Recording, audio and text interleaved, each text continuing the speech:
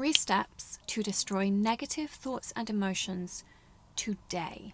Might sound too good to be true, right? I probably would have thought it was a while ago. And I was plagued by negative thoughts and emotions for a long time, for decades.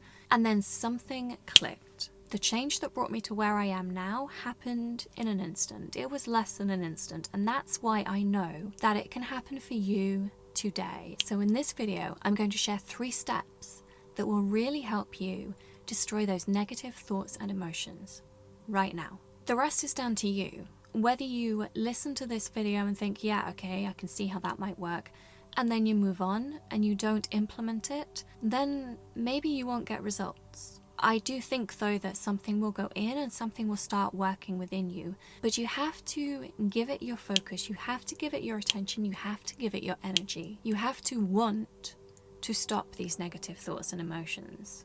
And let me tell you something, it might not feel as comfortable to do it as you think it will, because they've become familiar to you, they've become comfortable in a way, and anytime we leave something which is comfortable, it's uncomfortable.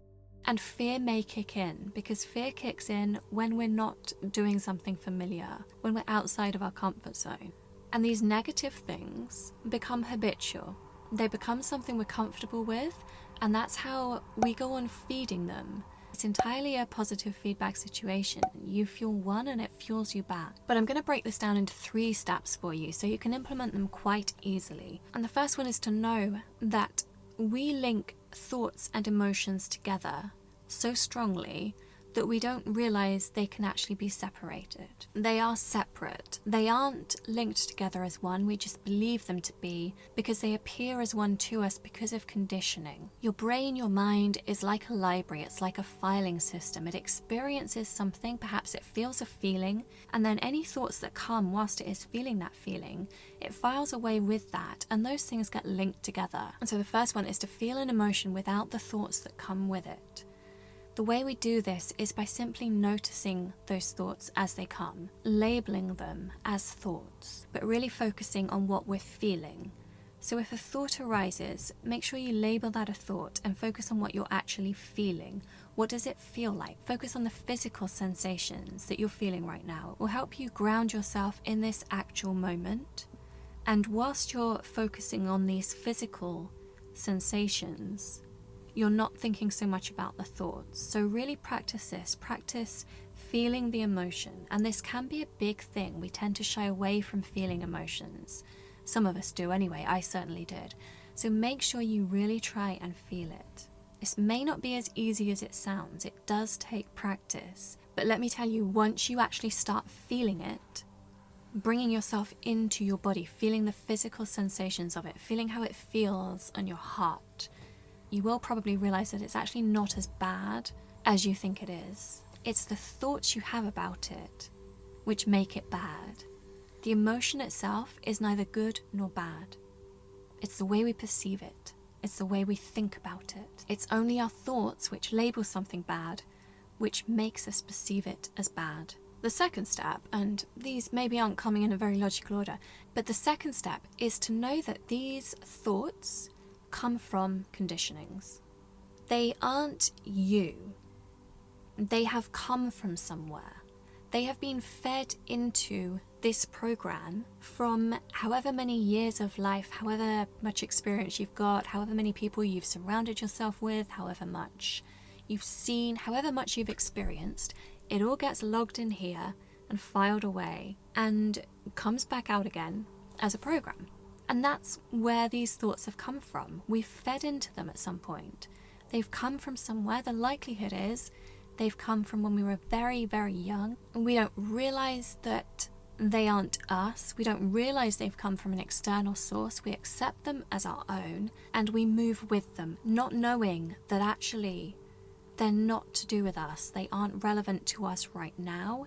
They're from the past and they don't need to be here. Some of them have some benefits, of course, otherwise we wouldn't know or experience or be able to grow and develop and progress. But some of them hold us back.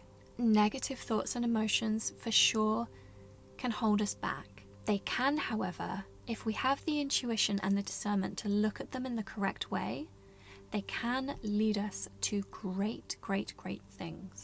But that only happens when we can see them for what they are, and when we realize that we don't have to go with them. When we can see where they've come from, we can learn from them anything that can be learnt, and we can let them just fall away. Every great thing in my life has come from a challenge, has come from overcoming a challenge, has come from finding a solution to the challenge. The bigger the challenge, the bigger the solution. So the second step is to know that they are not you, know they are a part of a programming, know that you can detach yourself from them, know that they are not essential to you. I'm sorry, there's a lot of noise going on here. So the third step is to move towards something positive. The moment one of these negative thoughts comes in, you need to have somewhere to immediately go to, something you find easy to shift to. It might be that you think of a favorite place, for example. Maybe it's a walk in the woods, maybe it's sitting on a beach, something like that.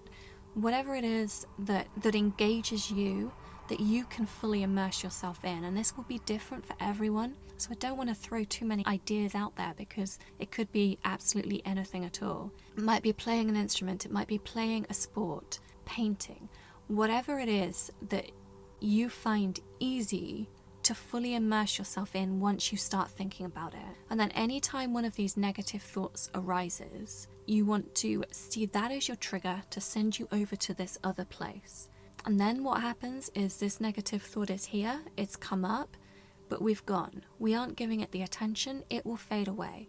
Of course it will come back again, but when it does, we do the same thing as much as we can. We go somewhere else, we don't give it the attention. But at the same time, it's important to acknowledge it. So you can see it, acknowledge it, thank it, move away. Because they are persistent.